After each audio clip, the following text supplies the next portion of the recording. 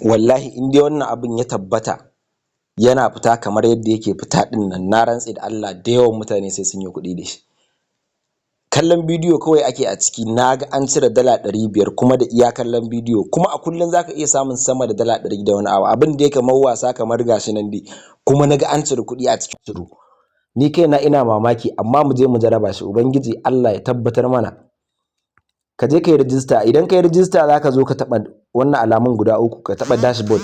Idan ka taɓa dashboard ka yo ƙasa ga inda aka sa watching paid video, nan gurin sai ka shiga za ka ga bidiyoyi duk minti ɗaya fa in ka kalli bidiyo duk minti ɗaya dala 1 suke biya, duk minti ɗaya.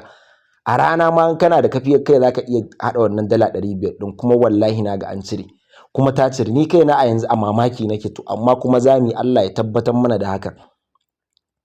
Kowane fim a nan za ka iya shiga, ka tsaya kana kalla za ka ga kuɗinka yana hawa, yana reading. Bidiyoyi 2 na kalla amma na haɗa dala 54 a iya bidiyoyi 2. Za ka iya samun bidiyo mai awa 1, bidiyo mai minti 20, kuma duk minti ɗaya dala 1 suke biya. Shi yasa ni kaina abin yake ban mamaki. Kawai sai dai ba ma mamaki in Allah ya kawo lokacin da za mu yi arziki ne, to ba wani abu ba ne. Ga shi nan za ka buɗe bidiyo, idan ka taɓa za ka ga gashi inda kuɗinka yake taruwa, gashi za ka nan gani duk minti ɗaya dala 1 ne yake hawa, kuma wallahi na ga an cire kuɗin kuma na ga ya ciru. Ni na ga an cire kuɗin kuma na ga ya ciru, abin ni ma yana ban mamaki. A je a jarraba, Allah Ubangiji ya tabbatar mana da abin haka ne.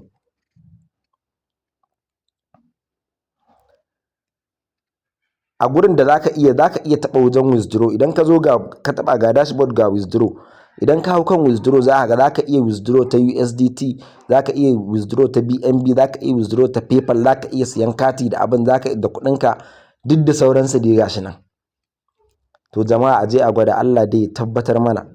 Abin dai ga shi nan kamar babba kamar ƙarami, Allah dai ya tabbatar mana.